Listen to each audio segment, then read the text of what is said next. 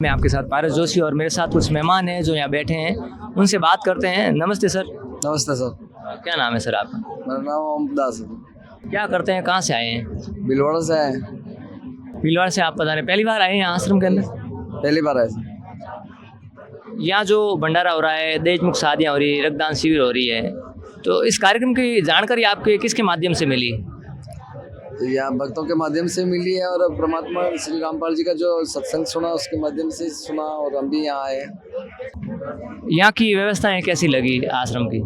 यहाँ की व्यवस्था अच्छी है, परोपकार और परमार्थ का कार्य है, समभाव समदृष्टि विचार, और यहाँ कोई जाति या कोई पंथ का कोई कार्य नहीं, सत्य आत्मा और परमात्मा का ज्ञान में समझाते हैं। मोक्ष मुक्ति जीव की कैसे होती है, क्या करना है, इसका मंत्र के द्वारा वेदों के द्वारा समझा करके भाई इस जीव की मोक्ष मुक्ति करने का कोई साधन उपाय बताते हैं, समझाते हैं। आज जैसे कि बहुत सारी भ्रांतियां भी है, जैसे समाज में कुरीतियां चल रही है, दहेज प्रथा चल रही है, नशे की प्रवृत्ति बढ़ रही है और मृत्यु बोझ जो है वो भी चरम पर है, और दूसरी तरफ जो है संत रामपाल जी महाराज जो इन चीज़ों को ख़त्म करना चाह रहे हैं, अपने अन्यायों को मना करते हैं, तो इसको आप किस प्रकार से देखते हैं?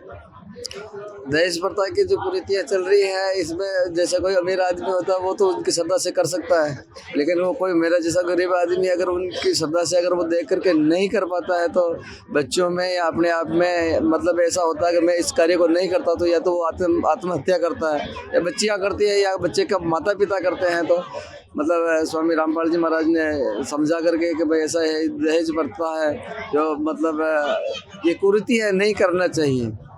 जैसे आप आश्रम में पहली बार पधारे हो, लोगों की धारणा रहती है कि संत रामपाल जी महाराज के आश्रम में असामाजिक गतिविधियां हो रही है, वो हिंदू विरुद्ध कुछ अभियान चला रहे हैं, ऐसा कुछ लग रहा है आपको यहाँ कर? नहीं, यहाँ आकर के ऐसा कोई हिंदू मुस्लिम सिख ईसाई मतंत्र की कोई बात नहीं, यहाँ सत्य और धर्म की बात है, ठीक है ना। यहाँ जीव आत्मा और परमात्मा का जो ज्ञान के अलावा और ऐसी कोई दूसरी बात है नहीं, और जाति वर्ण आश्रम ऐसा कोई मतलब विकार की कोई बात है नहीं।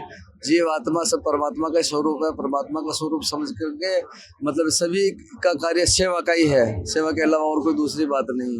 कब आए आश्रम में आप? मैं आश्रम से आज मेरे को 3 दिन रोज हो गए। 3 दिन हो गए आपको? 3 दिन में आपने क्या देखा, क्या निरीक्षण किया, क्या अवलोकन किया आपने? 3 दिन के अंदर हमने देखा यहाँ जो भोजन की व्यवस्थाएं बनती है तो वो शुद्ध घी से बनती है, शुद्ध तेल से बन रही है। यहाँ की साफ सफाई, रहन सहन, आचार विचार जो पवित्र है, खाने पीने की वस्तु भी अच्छी बन रही है। खाने पीने के बाद कोई शरीर स्वास्थ्य में किसी प्रकार का रोग बीमारी कोई आपत्ति परेशानी नहीं है। आध्यात्मिक प्रदर्शनी यहाँ पर देखी आपने? हाँ, आध्यात्मिक प्रदर्शनी भी देखी है।